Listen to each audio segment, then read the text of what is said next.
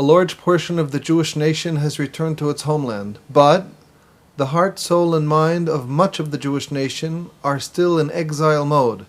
This state of affairs must and will inevitably change. This is Torah Nation TV from Jerusalem, and we are speaking with the head of Machon, Shilo, Rabbi David Bar-Hayim. Shalom, Rabbi Bar-Hayim. Shalom. Everyone knows that the study of Torah is one of the pillars of Judaism. How should one go about performing this mitzvah? The first thing to know about this most fundamental of mitzvot in the Torah is that it is not a free-for-all. Hazal tell us very precisely, and afterwards in the wake come the Posekim, the Geonim and the Rishonim, and the latter-day Posekim, and they all relate to this mitzvah and how one is to go about it.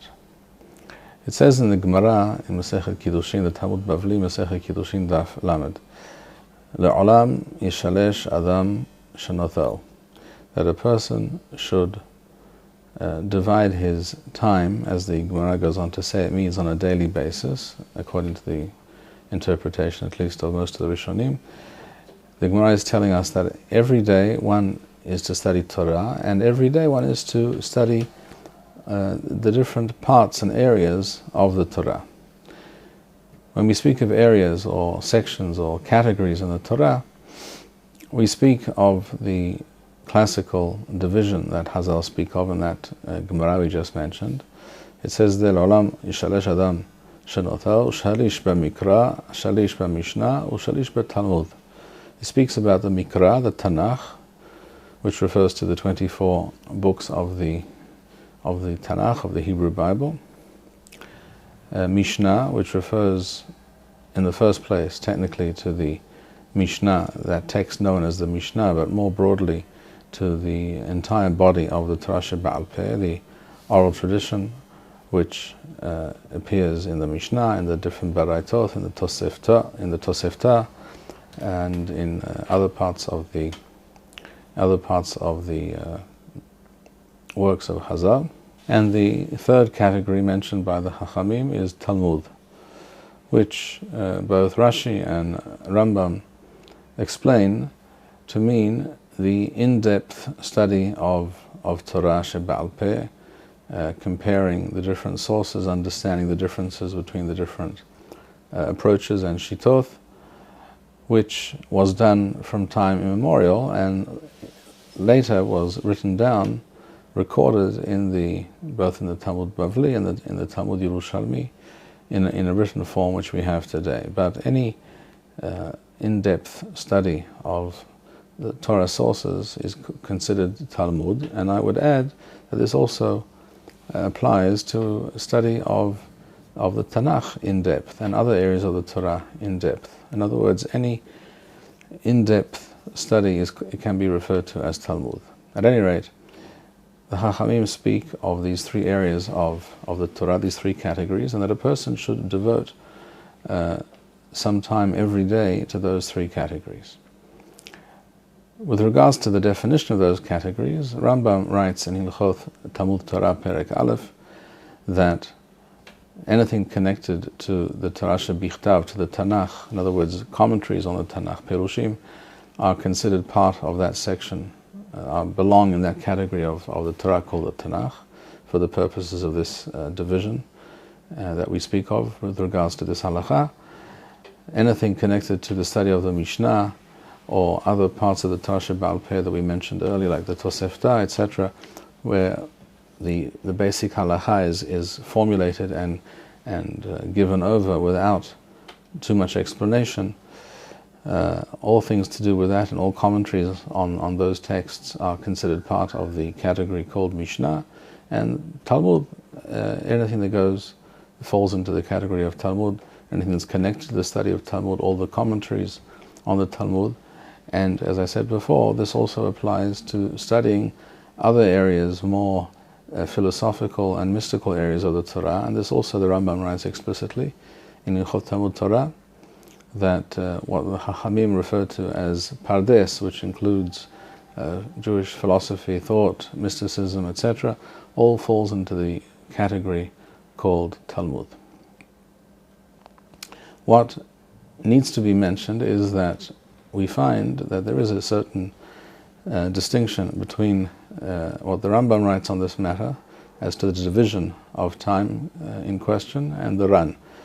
Rambam writes that a third means a third. In other words, if the Chachamim said that you divide your time into 3 on a daily basis, that means if you have, in the Rambam's words, if you have 9 hours a day, and many of us would be more than happy to have 9 hours every day to study Torah, the Rambam was assuming that would be a reasonable period of time for most people on a daily basis.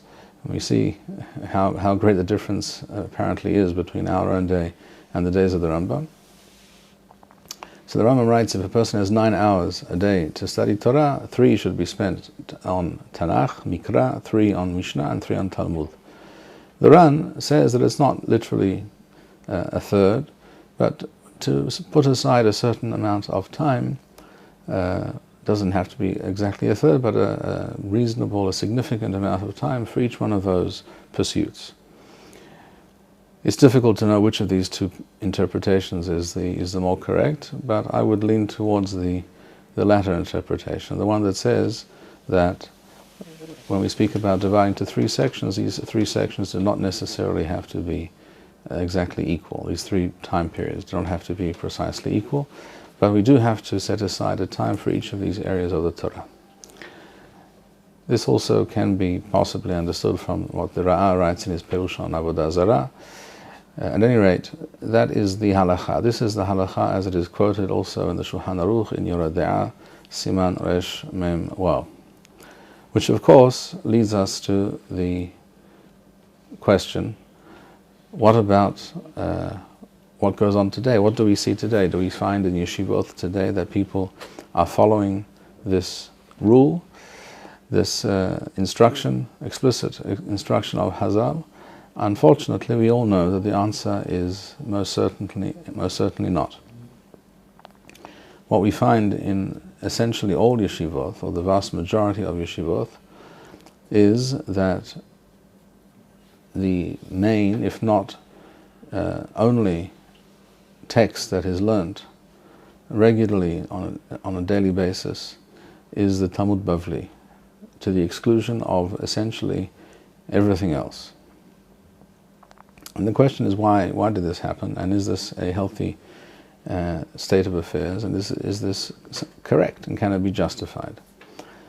The Tosafot in Masechet Kiddushin on Daf Lamed that we mentioned earlier quote the opinion of Rabbeinu Tam, who says that the statement in the Talmud that we must divide our time into 3 parts, so that the Talmud is only one of those 3 parts and does not take up the entire day of learning, that this is not exactly so once we have the Talmud Bavli. Why not? Because the Talmud Bavli is itself balul b'mikra b'mishnah b'talmud. In other words, in the Talmud Bavli one finds constantly, if one learns the text of the Talmud Bavli, one is constantly running into pesukim that are being quoted from the Tanakh, mishnayot that are being quoted from different places, so that one is actually covering those other parts of the Torah when one studies the Talmud Bavli. And there is a difference of opinion amongst the Posukim how to understand these words of Rabbeinu Tam, and a similar statement, by the way, is made not just by Rabbeinu Tam but also by Rav Natronai Gaon, who preceded Rabbeinu Tam by at least 400 years. He also mentions the same idea, that even though the halakha, the instruction of the Chachamim, was to study Torah in such a way as to spend time on the different areas of the Torah, because of the lack of time of most people studying Torah, and due to the fact that people have to make a living and they can spend much less time studying Torah, etc., for these kinds of reasons, in other words, not as an ideology, not because it is proper or ideal, but because this is the best that we can manage in the Galuth, so says Rav Natronai Gaon. For that reason, we began to more or less rely just on the study of the Talmud Bavli. But the fact is that there is a discussion amongst the Poskim, what was meant by Rabbeinu Tam? Did he mean to say that one is not required to study Mikra, Tanakh and Mishnah because it is sufficient to study the Talmud Bavli, and one will mimela, in other words, by the way, one will cover all these other parts of the Torah, and therefore the whole concept of there being different areas, different categories in the Torah that one must engage in, this whole concept is therefore no longer relevant or it's no longer necessary? Or did he mean to say that of course it is necessary to study Tanakh and Mishnah, etc.? We didn't mention here other parts of the Torah perhaps that we should mention, such as Haggadoth or Agadoth with an Aleph, all the Midrashim, etc., Midrashei Halacha, Midrashei Agadah, which are also all important parts of the Torah Ba'al Peh. They all fall into the category of Mishnah or Talmud, depending on the nature of the subject. What about all these other areas? Did Rabbeinu Tam mean to say it's not important to study them at all because we have the Talmud Bavli? Or did he mean to say that because the Talmud Bavli does in fact quote many sources and many other earlier texts which are part of the Torah Ba'al Peh, therefore we don't have to spend as much time, such as a third of our learning on the Mikra or a third of our time learning Mishnah, but it is necessary to study these areas, but we can devote less time to them, because the Talmud Bavli also covers some of these areas to some extent, and therefore we, as it were, borrow some of the time from the other sections and we make up for it when we study the Talmud Bavli.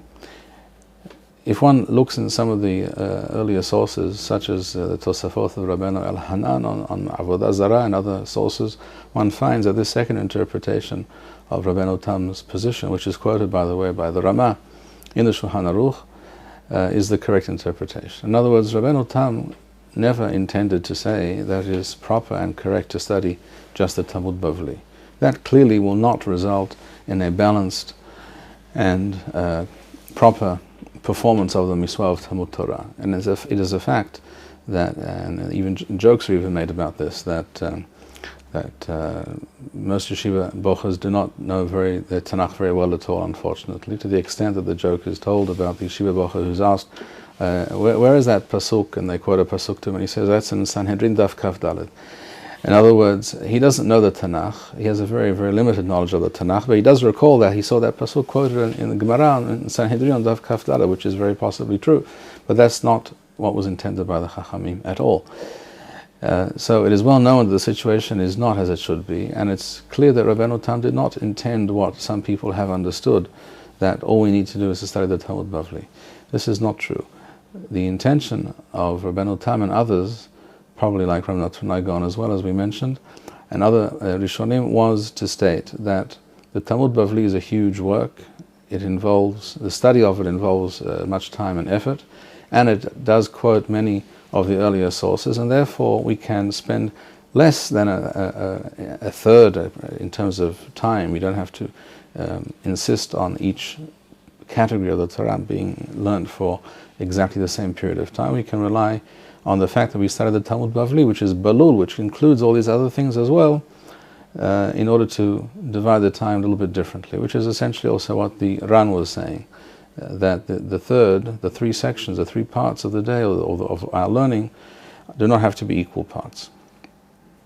And it goes without saying, if one does spend time studying both the Tanakh and the Mishnah, and I would add the Tosefta and other parts of the Torah Ba'al Peh, the only way to get a real feeling and understanding for these parts of the Torah and all the important messages and ideas and concepts and the essential philosophy of the Torah that we find in these sources, the only way to fully appreciate this is to study those sources themselves at source, not second or third hand, not through the Talmud Bavli or by way of reading something in Rashi, but seeing the things for themselves and reading those texts as texts. And I will end with this thought. Reading Tanakh means exactly that, to read Tanakh. This is also the expression used by the Chachamim, likro. That's why the Mikra is the Tanakh, which is the Tanakh, is referred to as the Mikra, that which is read. There are things that need to be read. That is a Tanakh. The Tanakh is a text which is written, and that is something which we read. First and foremost, we read it. We have to just read it in order to be familiar with the words, with the sounds, just to roll the words and the sounds over our lips, and to get used to the language, the vocabulary. If we don't know, you don't understand, of course we can look up whatever text, whatever aid we may have to help us. But we have to be familiar with the sounds, the words, the concepts, the constructions of the language of the Tanakh. This can only be done by doing so on a regular basis, daily, by reading at least a few Pesukim at the very least, if not a perek, a chapter per day.